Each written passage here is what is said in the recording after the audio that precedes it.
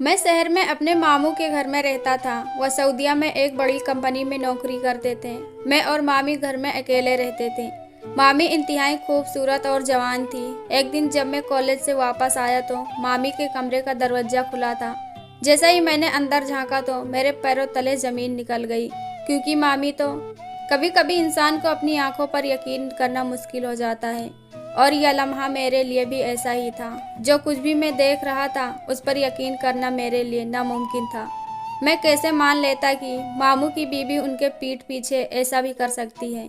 दरवाजे पर खड़ा था और मुझे लग रहा था कि मेरे कदमों तले से जमीन खिसक गई है। मेरी मामी को तो इस बात का शक भी नहीं हुआ था कि मैं आज जल्दी घर लौट आया हूँ। कॉलेज में अचानक तबीयत खराब हो जाने की वजह से मैं आज जल्दी घर आ गया था, मगर मुझे बिल्कुल भी अंदाजा नहीं था कि घर आकर यह मंजर मुझे देखने को मिलेगा।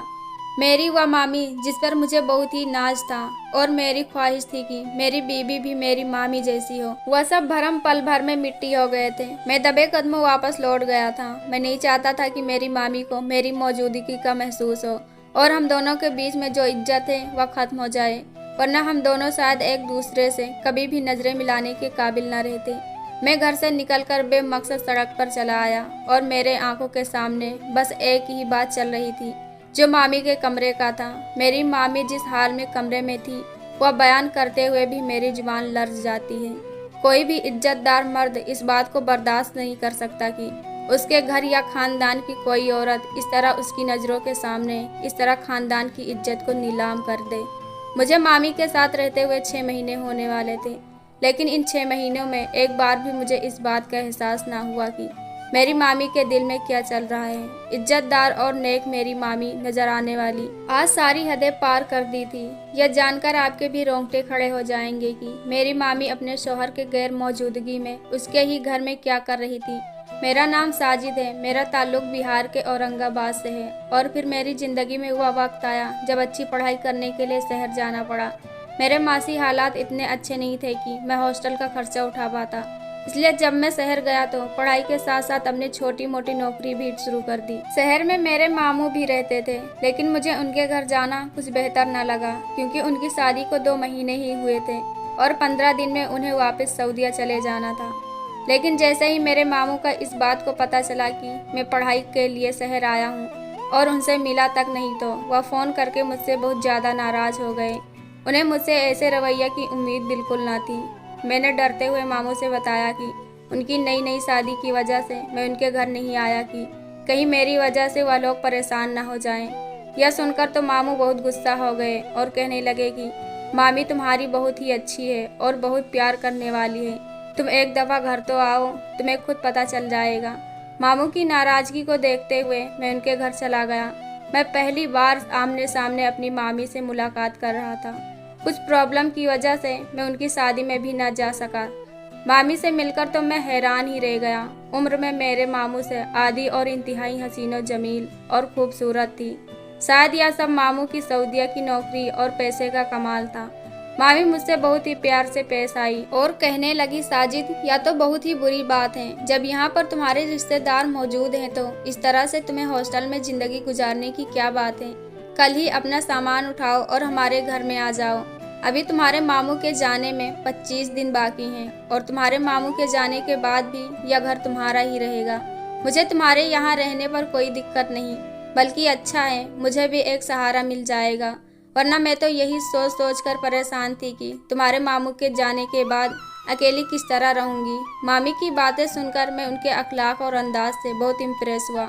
ऐसा लग ही नहीं रहा था कि जैसे उनकी और मेरी पहली मुलाकात है। मामू ने मुझ पर बहुत ज़्यादा जोर डाला कि अगर मैं अब हॉस्टल में रहने की बात करूँगा तो वह कभी मेरी शक्ल नहीं देखेंगे, और मैं मजबूरन अगले ही दिन मामू के घर में रहने लगा। इस तरह मुझे पढ़ाई के साथ साथ नौकरी करने की भी ज़रूरत नहीं थी और मैं अपनी पढ़ाई पर पूरा ध्यान दे सकता था। लेकिन मुझे क्या पता था कि मेरा यह फैसला मेरी ज़िंदगी की मुसीबत बनने वाली है। 25 दिन झटपट गुजर गए और मेरे मामू जाने का वक्त हो गया। मामू एयरपोर्ट पर मेरे गले लगे और कहने लगे कि मैं अपनी बीबी को तुम्हारे हवाले करके जा रहा हूँ, तुम इसका ख्याल रखना और अपनी पढ़ाई भी अच्छे से पूरी करना। मैंने मामू से वादा कर लिया कि मामी को किसी भी तरह की कोई तकलीफ़ नहीं होने दूंगा और घर आकर मामी का बहुत ख्याल रखूंगा। मामी भी मेरे साथ एयरपोर्ट पर मौजूद थी। मामू को छोड़कर हम दोनों घर आए तो वह बहुत उदास नजर आ रही थी। काफी देर तक वह अपने कमरे में बंद रही और रात को जब अपने कमरे से बाहर निकली तो मुझसे माफी मांगने लगी कि उन्हें मेरे खाने पीने का ख्याल ही न रहा। शौहर की जुदाई ने उन्हें बहुत दुख पहुंचाया है। मैंने मुस्कुराकर कहा, मामी कोई बात नहीं, मैं जानता हूँ कि आप बहुत ज्यादा दुखी हैं। मेरी बात सुनकर मामी कहने लगी कि मेरा नाम राबिया है, तुम मुझे राबिया कहकर पुकार सकते हो। मेरी और तुम्हारी उम्र बिल्कुल बराबर है। तुम मुझे मामी कहते हुए कुछ अच्छे नहीं लगते। मामी की बात सुनकर मैं हंस पड़ा। वह ठीक ही कह रही थी, उम्र में वह बिल्कुल मेरे ही बराबर थी, लेकिन मुझे इस तरह से उन्हें नाम सेव करना बेहतर नहीं था। और फिर जब तक मामू यहाँ थे तो मैंने कभी भी मामी को उनके नाम से नहीं पुकारा था, तो अब मामू के जाने के बाद कैसे उन्हें उनके नाम से पुकार सकता था। लेकिन मामी बराबर जिद करने लगी कि साजिद तुम मुझे राबिया कहकर ही पुकारो। मामी के जिद पर मैंने उन्हें राबिया पुकारना शुरू कर दिया। उनका रवैया मेरे साथ बहुत ही अच्छा था। वह इस तरह मेरा ख्याल रखती कि मुझे किसी चीज़ का फिक्र ना होती। मेरा उठना बैठना खाना पीना सब कुछ राबिया के साथ ही हो गया था। मैं जब तक कॉलेज से लौट कर ना आता वह मेरे इंतज़ार में बैठी रहती और मेरे आने के बाद ही खाना खाती। अक्सर मामू का फ़ोन आता तो हम दोनों एक साथ ही बैठे होते और वह मेरे सामने ही मामू से खूब सारी बातें करती और मेरी भी मामू से बातें करवाती। मेरी मौजूदगी में मामू पूरी तरह मुतमईन हो गए थे कि उनकी बीवी अब बिल्कुल भी अकेले नहीं है। मामी को कहीं भी घूमने जाना होता तो वह मेरे ही साथ जाती, शॉपिंग पर भी जाना होता तो मेरे ही साथ जाती। हर गुजरते दिन के साथ हम दोनों एक दूसरे के करीब होते जा रहे थे। मामी का अंदाज इस कदर मोहब्बत करने वाला था कि मैं कभी कभी हैरान रह जाता। पता नहीं उन्होंने मामू से किस तरह शादी कर ली, जबकि ना ही उनकी उम्र मामू के बराबर थी और ना ही उनका अंदाज और ख्याल मामू के जैसे थे। देखा जाता तो दोनों एक दूसरे से बिल्कुल अलग थे। मामू को गए हुए पूरा 1 महीना हो गया था और इस 1 महीने में मैं और राबिया बहुत अच्छी तरह से रहे थे। एक दिन मेरे कॉलेज के दोस्त किसी काम से घर आए तो राबिया को देखकर हैरान रह गए। मैंने उन्हें बताया कि राबिया मेरी मामी है तो उन्हें बिल्कुल भी यकीन नहीं आया। और फिर जब राबिया उन्हें शरबत पेश करके चली गई तो वह कहने लगे कि यार इस कदर हसीन मामी होने के बावजूद भी तेरा मामू कैसे सऊदीया चला गया। इतनी खूबसूरत दीदी को तनहा छोड़कर जाते हुए तेरे मामू को जरा भी खौफ नहीं आया। अपने दोस्तों की बात सुनकर मैंने उन्हें खामोश रहने का इशारा किया तो वो लोग आहिस्ता आहिस्ता बात करने लगे कि इतनी खूबसूरत लड़की के साथ अकेले रहते हुए कोई भी उसका आशिक हो सकता है। मेरे दोस्त साहिल को तो मामी पर जैसे क्रश ही हो गया था। मैंने उन लोगों की बातों को मजाक में उड़ा दिया, लेकिन जब रात को राबिया किचन में चाय बना रही थी तो इत्तेफाक से मैं कमरे से पानी के लिए निकला। मैं पानी की बोतल भरना भूल गया था और रात के 1 बजे प्यास लगने पर मुझे कमरे से बाहर निकलना पड़ा। पहले तो राबिया को किचन में देखकर मैं चौंक गया था और फिर इसके बाद उसका लिबास देखकर मैं हैरान हुआ। आधी रात को नाइटी पहने हुए किचन में चाय बना रही थी, बिना आस्तीन की। नाइटी में उसके चांदी जैसे बाजू चमक रहे थे, स्टाइलिश कटे हुए बाल कानों पर झूल रहे थे। एक लम्हे में मेरा दिल बेकाबू हो गया था। मैं भी 24 साल का एक जवान मर्द था जिसके दिल में जज्बात का एक समंदर मौजूद था। मेरी नज़रें बार बार बहक रही थी। राबिया को मेरे मौजूदगी का एहसास हुआ तो उसने पलटकर मेरी तरफ देखा और मुस्कुराकर कहने लगी, क्या बात है साजिद, अभी तक जाग रहे हो? मैंने फौरन ही अपनी नज़रें झुका ली। मुझ में इतनी हिम्मत नहीं थी कि मैं उनका यह कयामत रूप देख सकता। मैंने राबिया से कहा कि रात को आपने मेरे कमरे में पानी की बोतल नहीं रखी थी और मेरा भी ख्याल नहीं गया, इसीलिए पानी पीने के लिए आया हूँ। मेरी बात सुनकर राबिया ने शर्मिंदगी से मजरत की और कहने लगी शायद उसे ख्याल नहीं रहा। राबिया अचानक ही मेरे करीब आई तो मेरे होश उड़ गए। उसके पास से परफ्यूम की तेज खुशबू महक रही थी। मुझे समझ नहीं आया कि वह मेरे इतने करीब क्यों आ रही है। और फिर राबिया ने मेरे हाथ से खाली पानी की बोतल ली और पानी भरकर मेरे हवाले कर दिया। उसके इस अंदाज में मेरे होश खोने लगे थे, इसीलिए मैंने जल्दी से कमरे में आकर दरवाज़ा बंद कर लिया। अगर मैं थोड़ी देर और राबिया के पास रुकता तो शायद कोई गलती कर बैठता। यह सोचकर मेरा दिल धड़क रहा था कि कहीं मेरी बदली हुई नज़र का एहसास राबिया को तो नहीं हो गया। अगर उसे कोई भी ऐसी बात महसूस होती तो मैं हमेशा के लिए उसकी नज़रों में गिर जाता। मुझे बार बार यह ख्याल भी सता रहा था कि राबिया मेरी मामी है और इसके लिए मेरे ऐसे जज्बात बिल्कुल ठीक नहीं। मेरे अंदर एक जंग छिड़ गई थी। कभी मामू का ख्याल आता तो कभी राबिया का वजूद मेरी आंखों के सामने नाचता। मेरे इम्तिहान आहिस्ता आहिस्ता करीब आ रहे थे और मैं खुद को राबिया से दूर रखकर मैं पढ़ाई पर ध्यान दे रहा था। इस रात के बाद मैंने खुद को राबिया से बहुत दूर कर लिया। मेरे दोस्त पढ़ने के लिए अक्सर मेरे पास आने लगे थे। राबिया भी आकर हमारे साथ ही बैठ जाती और खूब बातें करती। वह बेचारी भी इंतहाई का शिकार थी। कभी कभी तो मुझे मामू पर गुस्सा आता कि उन्हें राबिया को अपने साथ ले जाना चाहिए था या खुद वह हमेशा के लिए वापस आ जाते। अपने बीबी को तनहा छोड़कर जाना कहाँ की अक्लमंदी थी। लेकिन मामू को अपनी सऊदिया की नौकरी बहुत ही प्यारी थी। मामू को भी सऊदिया में रहते सालों गुजर चुके थे, लेकिन उनको वहाँ के ज़्यादा पैसों की आदत हो चुकी थी और इंडिया वापस आकर उनका गुजारा मुमकिन नहीं था।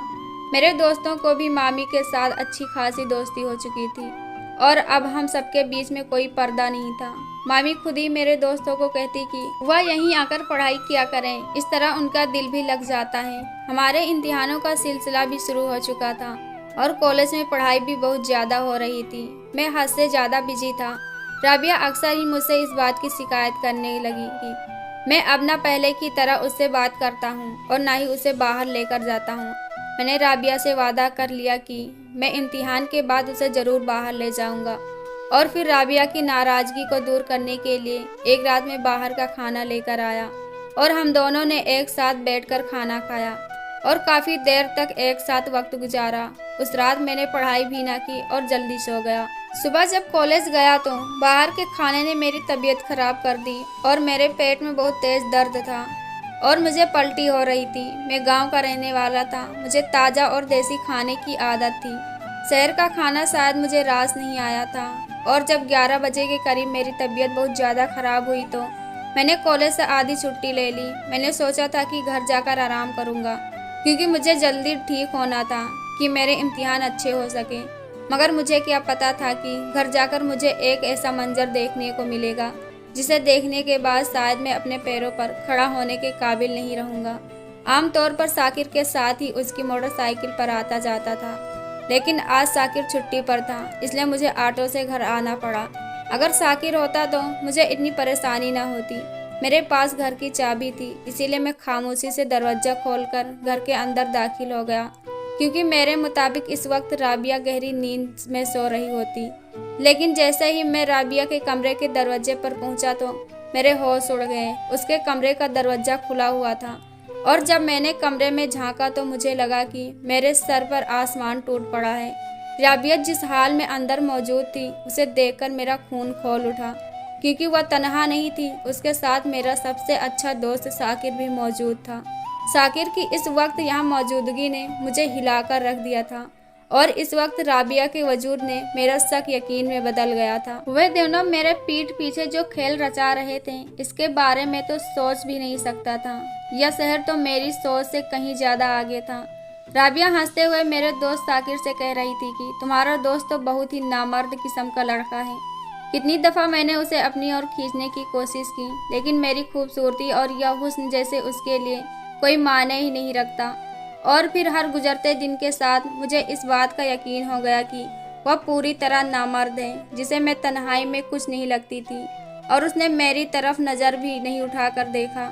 साकिर हंसकर कहने लगा कि कोई बात नहीं राबिया, मैं तो तुम्हें मिल गया ना, तुम मेरे साथ खुश रहो, मैं तुम्हें मुकम्मल करता रहूँगा। राबिया कहने लगी वाकई या मामू भांजे तो बहुत ही जज्बात से परे और नामर्द हैं। एक मुझे तनहा छोड़कर चला गया और दूसरे को मैं तन्हाई में भी मिली तो उसने पूरी तरह मुझे नज़रअंदाज कर दिया। मैं जवान हूँ, हसीन हूँ, कब तक इस तरह तन्हाई की ज़िंदगी गुजारूंगी। मेरा शौहर समझता है कि वह मुझे ढेर सारे पैसे भेजकर अपने पास हमेशा के लिए बांध कर रख सकता है। उसे इस बात का एहसास ही नहीं मेरी ज़िंदगी की ख्वाहिश कुछ और है। मुझे सिर्फ उसके पैसे की नहीं बल्कि उसके साथ की भी ज़रूरत है। मेरे लाख रोकने के बावजूद भी वह मुझे अकेला छोड़ कर गया तो मैं क्यों ना गलत रास्ता अपना लूं। राबिया ने दो टूक अपनी औकात और अपनी बात मेरे सामने बयां कर दी थी।